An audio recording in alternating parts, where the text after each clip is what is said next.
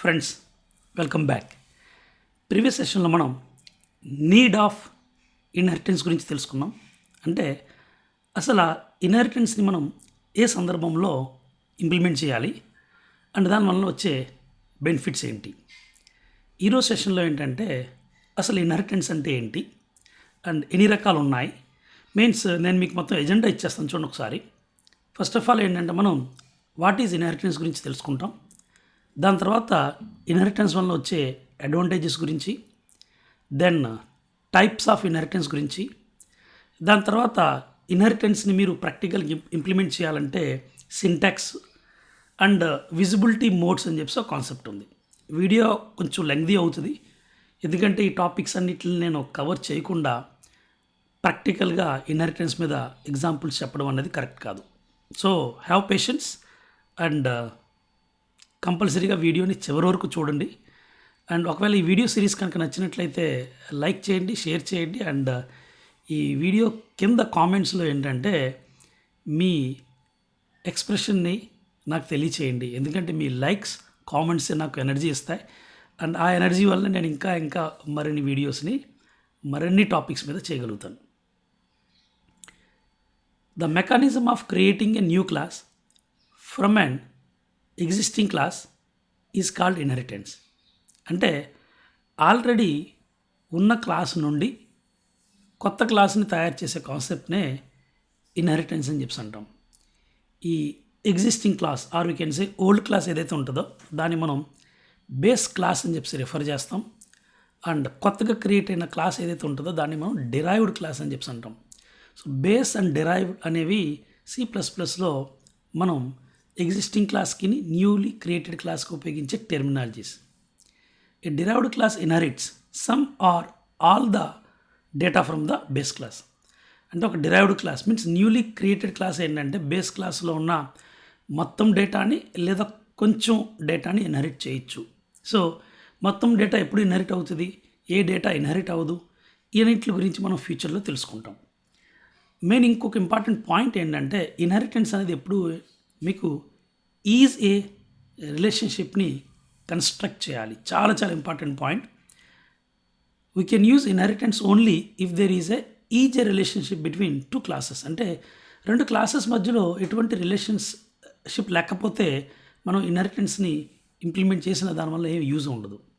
So కొన్ని examples ఇచ్చాను, like student is a person. అంటే ఫర్ ఎగ్జాంపుల్ పర్సన్ క్లాస్లో ఉన్న డేటా మెంబర్స్ అన్నీ స్టూడెంట్ క్లాస్ ఇన్హెరిట్ చేసుకుంటుంది. సో మనం ఏమంటామంటే student is a person, like employee is a person, orange is a fruit, car is a vehicle, dog is a animal.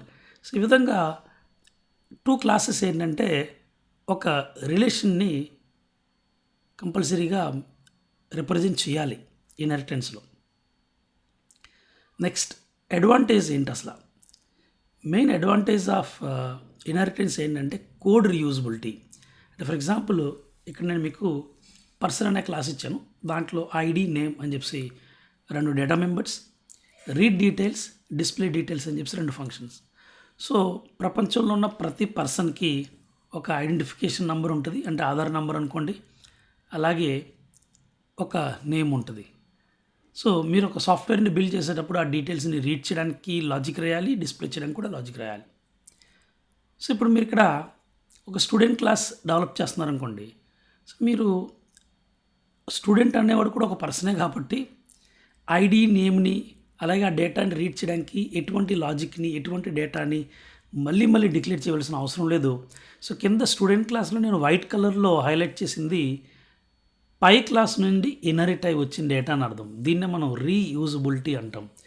And దీనివల్ల ఏంటంటే readability కూడా పెరుగుతుంది. మీన్స్ మొత్తం డేటా ఒకే చోట పెట్టకుండా ఏంటంటే మీరు అన్ని క్లాసెస్లో ఉన్న కామన్ డేటాని సెపరేట్గా పెట్టడం వల్ల ఏంటంటే క్లాస్ చూడడానికి చిన్నగా కనపడుతుంది అండ్ దానివల్ల రీడబిలిటీ కూడా పెరుగుతుంది అన్నట్టు. ఈ రెండు మెయిన్ అడ్వాంటేజెస్ ఏంటంటే రీయూజబిలిటీ అండ్ రీడబిలిటీ.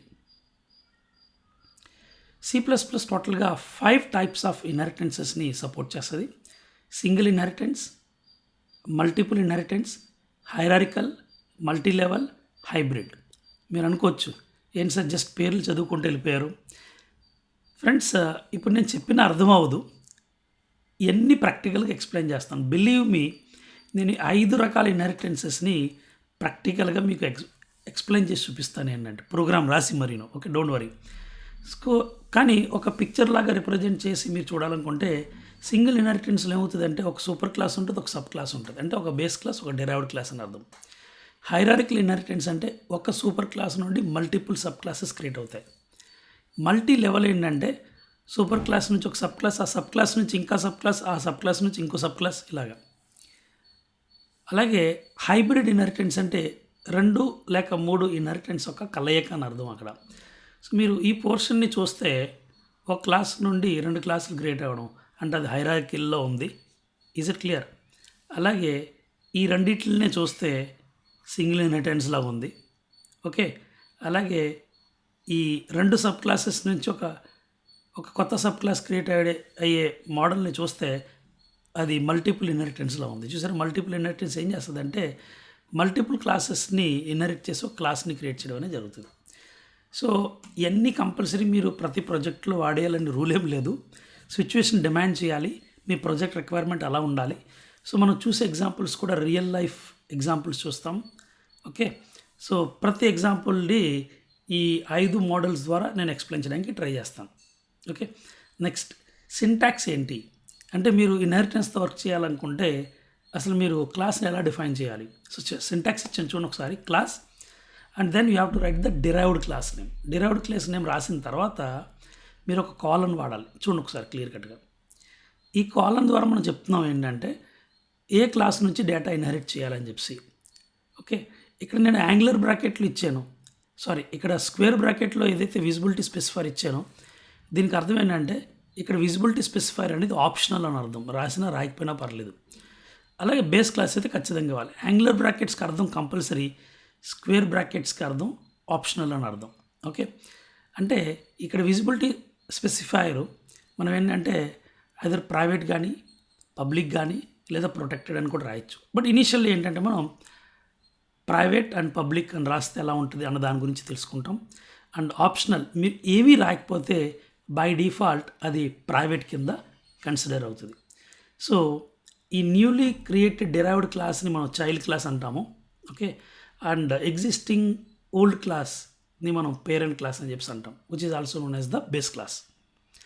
సో ఇప్పుడు మనం ఏంటంటే విజిబిలిటీ స్పెసిఫైర్స్ గురించి తెలుసుకోవాలి. చాలా చాలా ఇంపార్టెంట్ ఏంటంటే ఎందుకంటే విజిబిలిటీ యాక్సెస్ స్పెసిఫైర్ గురించి తెలియకుండా మనం ప్రాక్టికల్గా ప్రోగ్రామ్ రాయడం అనేది జరగదు.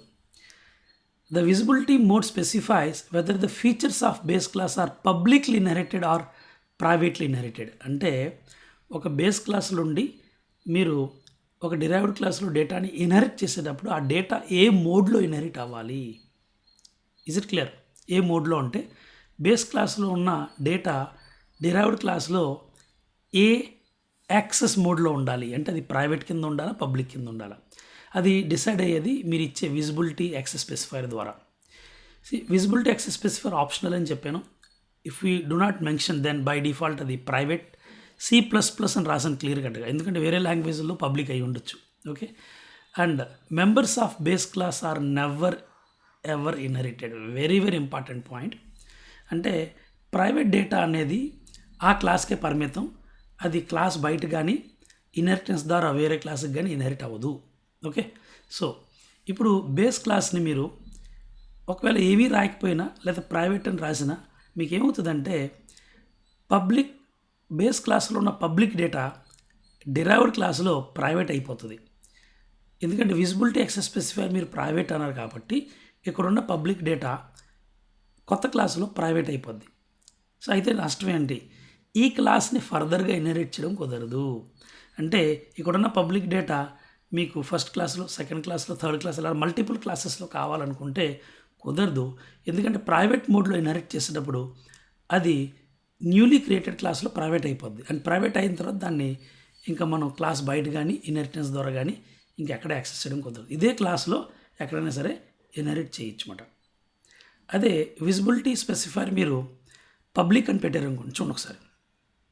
అప్పుడు ఏమవుతుందంటే ఈ బేస్ క్లాస్లో ఉన్న పబ్లిక్ డేటా డిరైవ్డ్ క్లాస్లో కూడా పబ్లిక్ మోడ్లోనే ఇన్హెరిట్ అవుతుంది. అంటే ఇక్కడ ఉన్న పబ్లిక్ డేటా ఇక్కడ కూడా పబ్లికే అవుతుంది అన్నమాట. అండ్ ఏ కేసులోనూ ప్రైవేట్ డేటా ఏదైతే ఉందో అది ఇన్హెరిట్ అవ్వదు. మీరు పబ్లిక్ మోడ్లో ఇన్హెరిట్ చేసినా, ప్రైవేట్ మోడ్లో ఇన్హెరిట్ చేసినా ప్రైవేట్ డేటా అసలు ఇన్హెరిట్ అవ్వదు. పబ్లిక్ డేటా మాత్రమే ఇన్హెరిట్ అవుతుంది. ఆ ఇన్హెరిట్ అయిన పబ్లిక్ డేటా న్యూలీ క్రియేటెడ్ క్లాస్లో అది ఏ యాక్సెస్ మోడ్లో ఉండాలి, ప్రైవేట్ మోడ్లో ఉండాలా, పబ్లిక్ మోడ్లో ఉండాలా అని డిసైడ్ చేసేది మీ విజిబిలిటీ స్పెసిఫైయర్.